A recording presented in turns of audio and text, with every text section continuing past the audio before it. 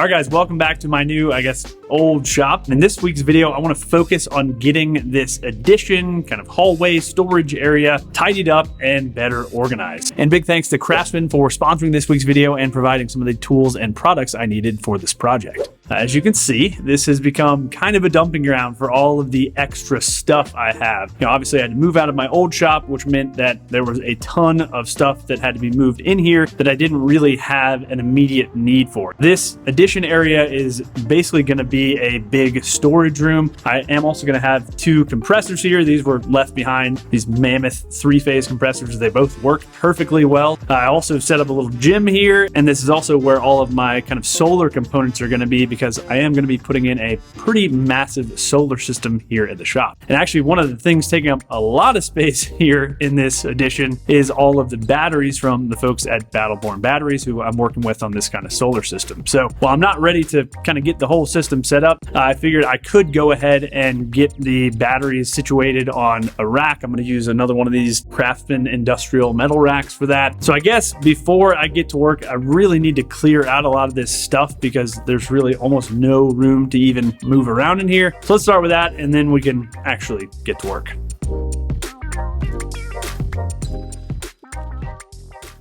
All right, so I went ahead and got the first level of this Craftsman industrial shelf set up. I left enough room under it so that my RoboVac can run under there. So hopefully, this doesn't just collect a bunch of dust and spiders under here. But I've also gone ahead and loaded one of these monster game changer batteries from Battleborn on here. And as you can see, depth-wise, it's essentially a perfect fit. The other nice thing is this is all metal, the shelf. So if this thing ever has any sort of heat buildup, there won't be any fire risk because it's metal.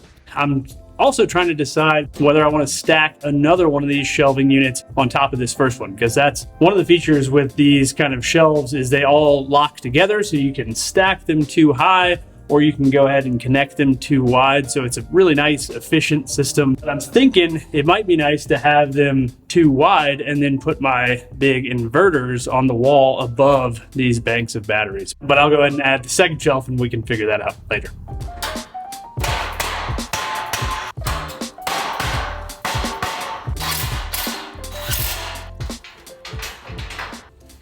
So as luck would have it, I have almost exactly 100 inches of space between this dryer vent clean out pipe and the water line over there, and two of these shelving units right next to each other is exactly 100 inches. So I think I'm gonna go with that. I think it's gonna be really nice to have the inverters wall mounted directly above these battery banks, because that way all of my solar panel wiring can come down through the roof up there, and then I can run the wiring from the inverters over to my panels over there, obviously to supply them with the solar power. So I guess I'll go ahead and get these two connected. It's pretty cool. You only need one of the kind of leg side units when connecting two of the shelves in this way, and the cross members just kind of connect to this one central leg, and it's a really, really nice system.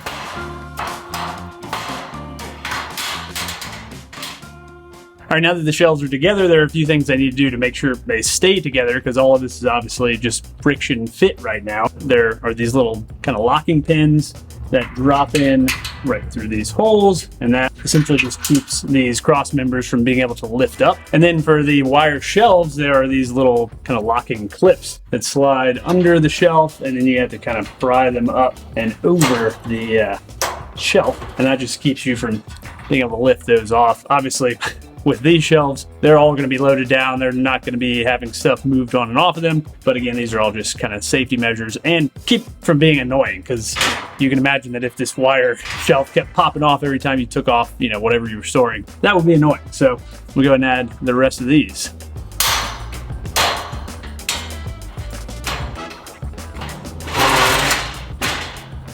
So I would definitely call these shelves a successful proof of concept, but before I get them loaded down with all these batteries, which weigh 80 pounds each, and I've got 16 of them, so once they're loaded on this shelf, I am not gonna be able to move it. I wanna go ahead and get these walls painted. And as you guys might remember from the first part of this kind of shop renovation series, I painted part of the wall behind this camera to get things tidied up so that I could set up this gym and some of the other storage shelves. And I definitely regret not painting everything at that point, but I need to just go ahead and rip off the Band-Aid and get it done, because I know I am gonna regret it if I don't get that done now before getting everything loaded back in here. So I've covered spraying paint a ton in the past. This is gonna be no different. Again, I'm using this kind of repose gray color, which I think looks awesome, very neutral, and I'll put on 2 coats and then we should be able to call it done. And I guess let's see if I can snap my fingers and magically get these walls painted. All right, are you ready?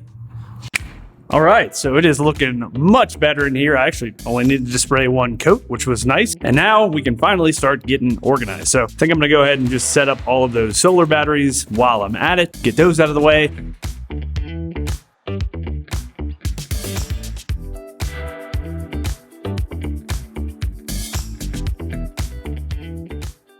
Whew.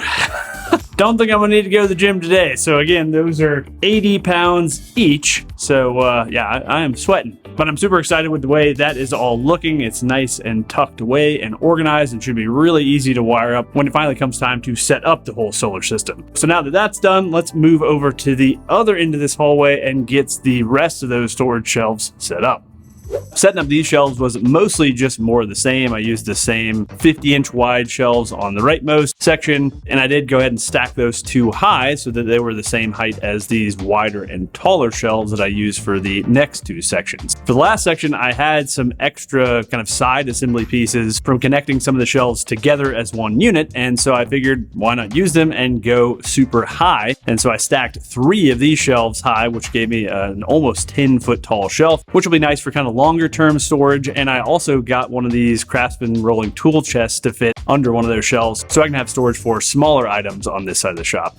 Last, all the way here on the left, I set up kind of a work table, or really just a general purpose table, so I can inevitably collect junk on there, and so that'll be good. But now that all of these shelves are set up, I can start getting them organized. And as you can see, I have a ton of these storage totes. I personally love using these for this kind of storage, especially in a shop environment like this. It'll help to keep all of my stuff from getting super dusty. And my plan, as I mentioned earlier in the video, is to basically categorize each tub by task. So let me show you an example of one of these tubs loaded up with stuff.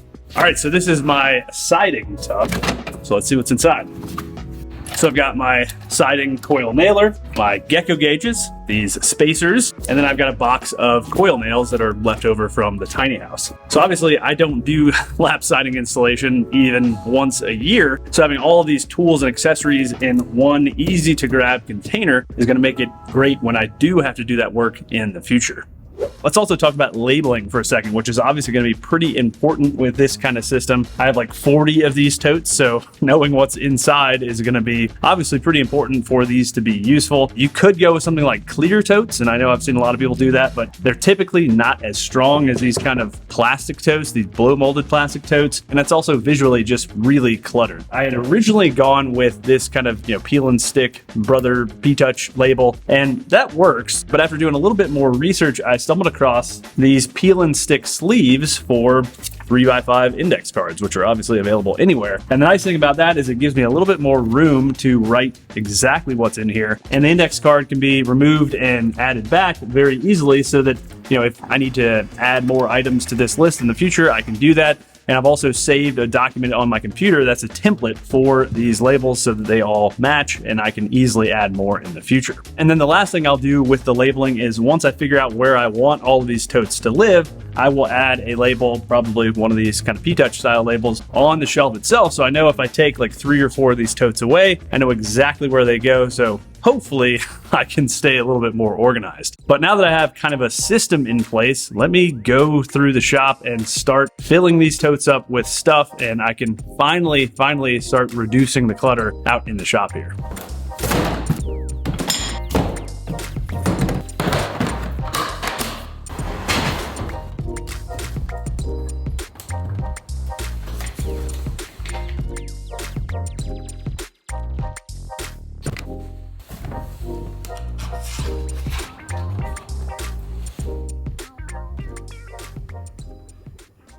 All right, so things are coming along nicely. I've gotten a lot of these totes organized now, but I'm also going to need to store some of the tools I have that come in their own kind of blow molded cases, like these positive placement nailers. It just didn't make sense to try to shove them in a tote with that. It would have just made the whole thing super heavy. And as it turns out, a lot of these tools in these cases don't really have very clear labels. So I'm going to go ahead and use my little P-Touch here and print off a label. So that way I can quickly and easily see it, because they all tend to kind of look the same. They're all black blow molded cases. You really can't tell what's inside unless you just know by memory the size of the case. So I'm going to go around and label some of these cases now.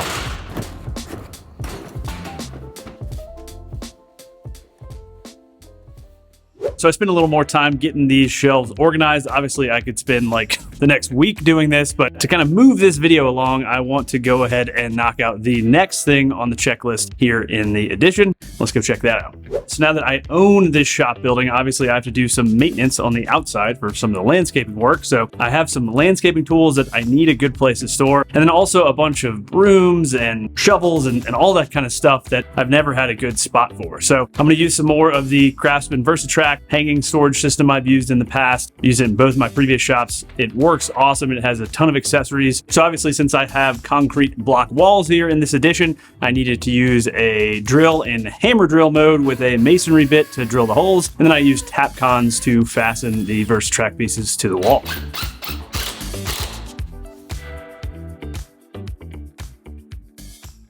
And so now that it's fastened to the wall, I can go ahead and start hanging some stuff up. So this VersaTrack system has tons of hook options, but then also a lot of the Craftsman tools, like the V20 tools, have hooks built into them that fit with this VersaTrack system. So I use this in pretty much every shop I have. I have it in my garage at home. As I mentioned, I've had it in my last two shops, and I think it works really well. It's very easy to move the hooks around, and it will definitely help me achieve my goal of getting all this stuff up off the ground.